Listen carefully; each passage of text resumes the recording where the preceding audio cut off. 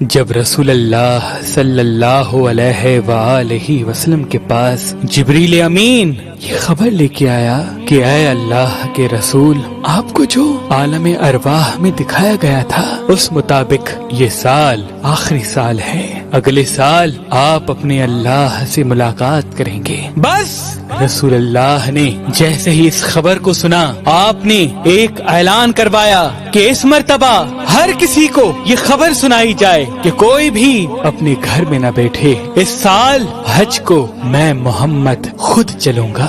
تاریخ نے لکھا 10 ہجری کا حج اس دور کا سب سے بڑا حج تھا۔ جس نے یہ خبر سنی وہ سب اپنے اہل و عیال کے ساتھ اللہ کے گھر کے قریب پہنچنے لگے۔ تمام اصحاب نے رسول اللہ کے ساتھ حج کیا اور پھر اصحاب رسول اور رسول خدا خود مکے سے مدینے کی طرف چلنے لگے۔ تاریخ نے لکھا جیسے ہی آپ غدیر خم تک پہنچے تو اللہ پاک نے جبریل کو اپنے محبوب کی طرف بھیجا اور یہ فرمایا تیرے خالق کا ارادہ ہے کہ پہنچا دے وہ پیغام جو ہم نے تم پہ لازم کیا۔ اگر آج یہ پیغام حق نہیں پہنچایا تو سمجھ لینا تم نے رسالت کا کوئی بھی کام انجام نہیں دیا۔ بس اللہ کے رسول نے یہ حکم نافذ کیا کہ جو اصحاب آگے چلے گئے ہیں ان کو بلایا جائے اور جو پیچھے رہ گئے ہیں ان کا انتظار کیا جائے، کیونکہ اللہ کی مرضی ہے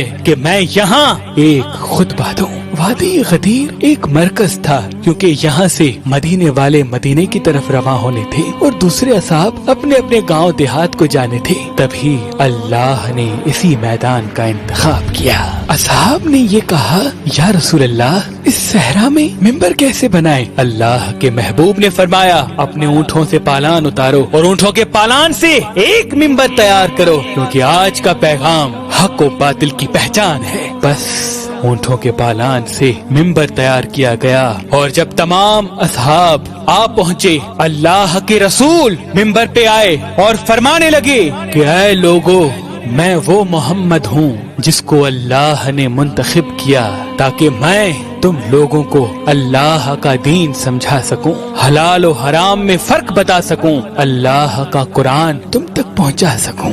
لیکن ان قریب میں تمہارے ساتھ نہیں رہوں گا، میرا پیغام رہے گا لیکن تم مجھے اپنی نظروں سے دیکھ نہیں پاؤ گے۔ اصحاب رونے لگے۔ اتنی دیر میں آپ نے فرمایا اگر تم چاہتے ہو کہ روز محشر آ کے مجھ سے ملو تو 2 چیزوں کو کبھی نہ بھلانا، ایک اللہ کی کتاب اور دوسری میری اہل بیت۔ اگر تم لوگوں نے قرآن اور اہل بیت کو ساتھ رکھا تو روز محشر حوض کوثر پہ مجھ سے ملو گے اور میں محمد تمہاری شفاعت کروں گا۔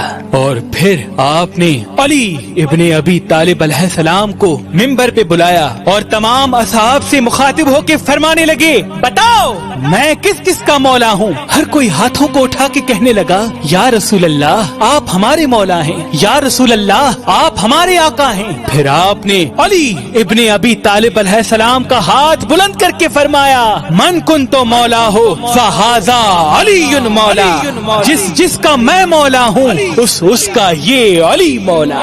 تمام اصحاب اللہ اکبر کی صدائیں بلند کرنے لگے۔ اتنی دیر میں ایک منافق آ کے کہنے لگا اے اللہ کے رسول یہ پیغام آپ نے اپنی طرف سے سنایا ہے یا اللہ کی طرف سے؟ اللہ کے محبوب نے فرمایا میں تو اللہ کے حکم کے بغیر اپنی زبان کو حرکت تک نہیں دیتا۔ تو وہ کہنے لگا اے اللہ کے رسول اگر یہ پیغام اللہ کی طرف سے ہے تو اللہ سے کہیں مجھ پہ عذاب نازل کرے، بس یہ کہنا تھا۔ اتنی دیر میں آسمان سے ایک پتھر اس منافق کے سر پہ لگا اور وہ منافق فی النار ہو گیا۔ اصحاب نے جیسے یہ منظر دیکھا علی مولا کی صدائیں بلند کرنے لگے اور اللہ کے رسول نے ہاتھوں کو اٹھا کے فرمایا اے اللہ جو اس علی کا دشمن وہ میرا دشمن اور جو میرا دشمن وہ اللہ کا دشمن، جو اس علی کا دوست وہ میرا دوست اور جو میرا دوست وہ اللہ کا دوست۔ اے اللہ اپنی رحمتیں برکت برکتیں ان پہ نازل فرما